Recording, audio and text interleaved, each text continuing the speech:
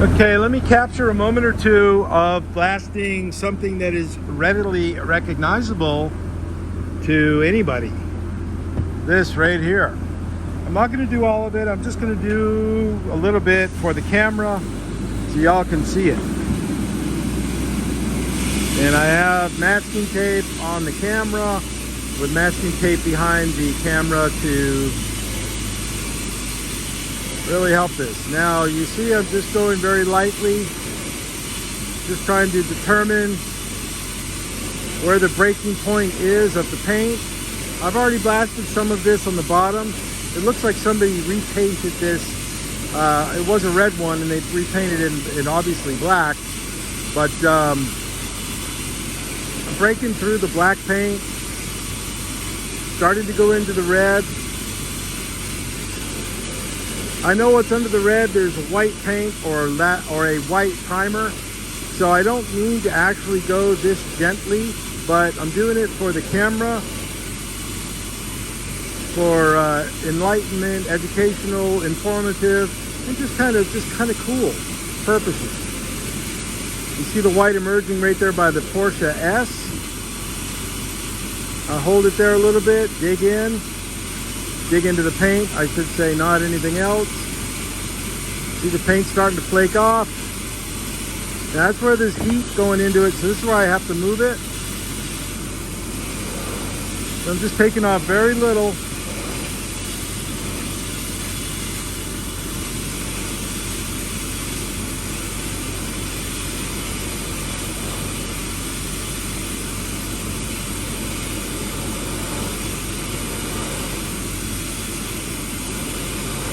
You can see these shaded areas. It looks like a bathtub ring. Those are not layers of paint. Those are just layers of existing paint, not stacked up, but just like taking off a micron or two of red, going down some more. Now I'm getting into the actual base paint, and the black stuff, that is the actual PEHD, polyurethane high density, as I said in the previous clip.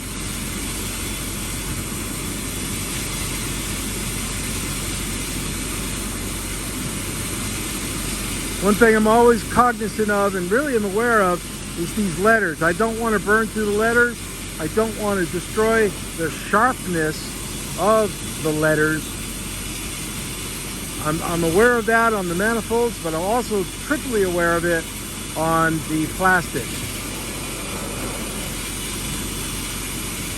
It's not a good day if you burn through. I'm not going to burn through, but I'm just letting you all know that this is a very real possibility. Anybody that knows and followed the videos about the Cadillac hood knows exactly the nightmare that can come to anybody if they hire a boob to do the work, that don't know what they're doing, that does not know what they're doing, not don't.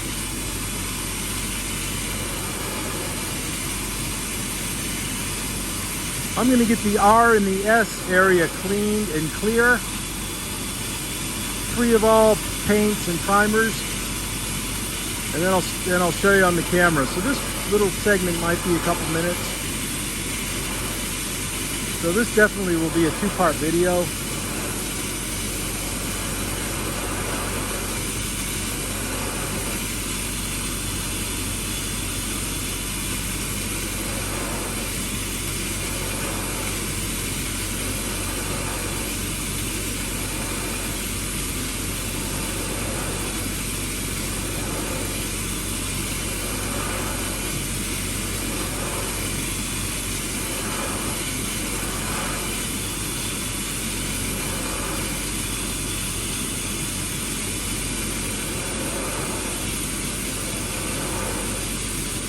One thing I've noticed that body shops, collision shops, they do not do this kind of work.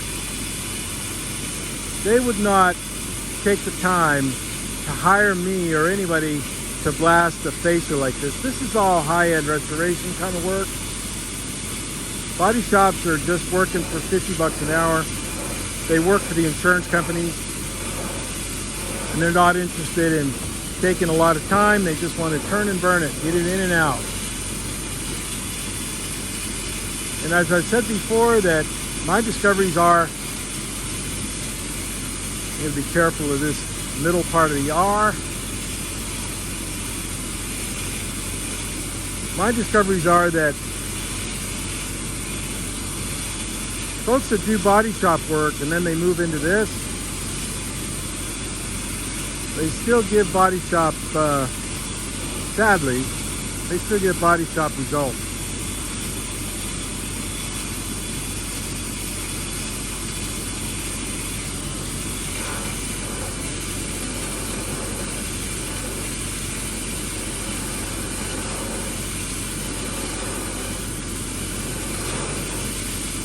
A friend of mine, he owns a body shop where my old shop used to be, right next door.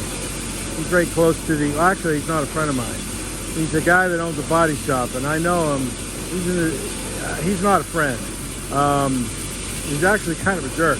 But I asked him, hey, I need my orange car painted, and he's like, oh, no, can't do that. No, I don't make any money on that, blah, blah, blah. And I said, well, I'll pay you.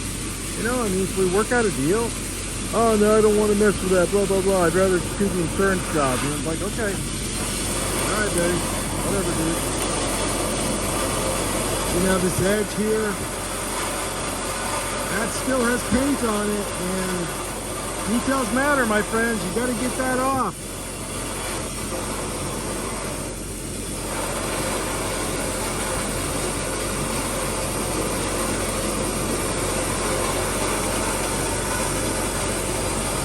Now I'm looking underneath it. The camera cannot see that, but it is actually coming clean.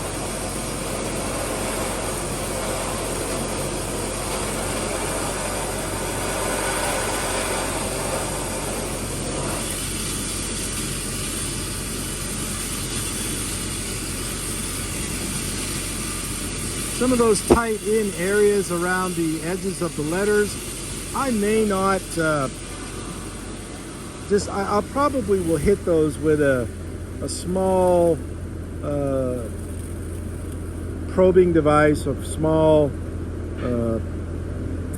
scrape or a pointed device, just to get it clean. Because right now, if I was to hold this blasting and try to work on those little red marks, it'll take the red marks off, but it's going to start, well, it's not, it will actually damage the plastic. So this is about as much as I can go. This is about as clean as I can get it,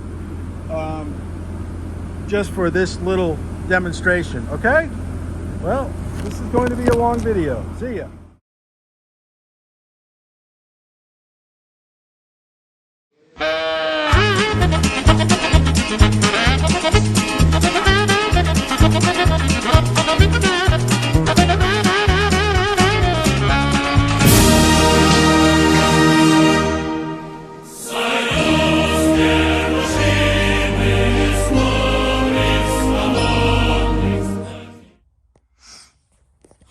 Well, I got most everything done with the exception of these two Porsche 928 doors.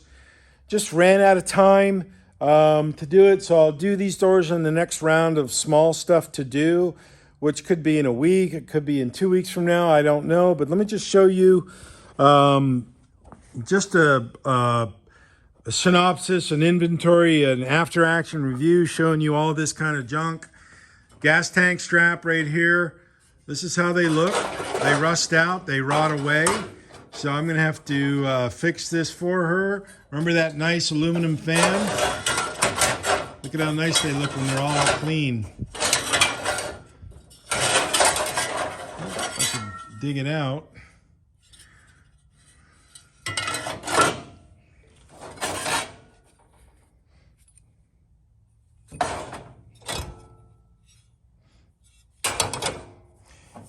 So,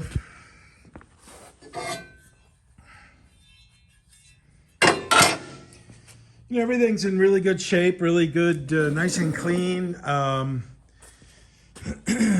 Some manifolds and some cam covers. Here's the rear fascia that I was doing just a couple hours ago. You can see where I blasted. So that'll go in with the other next round. This is the front fascia. This is good. This is ready for some primer. I'll just go over it a little bit with a DA, looking for any areas I might have missed. There's the fenders, I should say. This one is an aftermarket, excuse me, this is an aftermarket fender or a replaced fender. Somebody replaced it in the life of the car, so it didn't have as much of the undercoating on it. Actually, somebody sprayed some very inferior quality stuff underneath it, and it just blew right off like nothing. You know, there was nothing there. So the other one has it in a bit of a, you know, a bit better. You can see right here. It blew off in the middle because that's where the heat was. Apparently, well, I don't know. Aluminum doesn't withstand heat that well at all. I don't know why it came apart there in the middle. The the undercoating from the factory. I don't know why that did that, but it did do it. So we'll just have to make the best of it and drive on. Here's the 2R manifold right there. This is ready to go. Power coating. This is the one that was stubborn to get clean. That one's mine. Then here's the GTS manifold, 4R.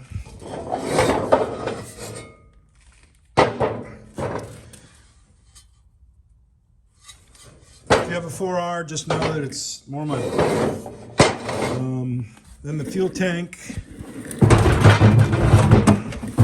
Let's see here.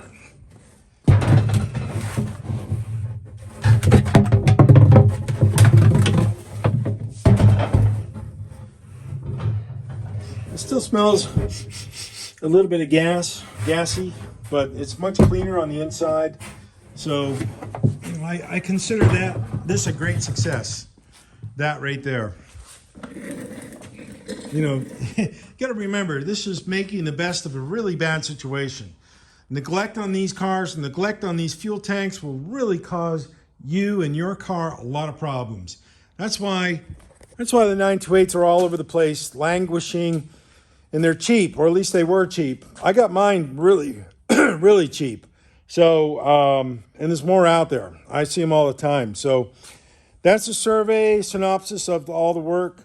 The blasting work on the Porsche stuff yesterday and this morning early. So it's a great success. Now I just got to get it all in primer. Okay? So remember, Dr. Blast, if you need your Porsche stuff done, anything here that I've shown you in this video, I've done it multiple times, with the exception of the rear fascia. I've not done one of those for a 928 until right now, but I've done other ones. So the same principles for blasting apply. And there it is. Have a good day and Happy New Year.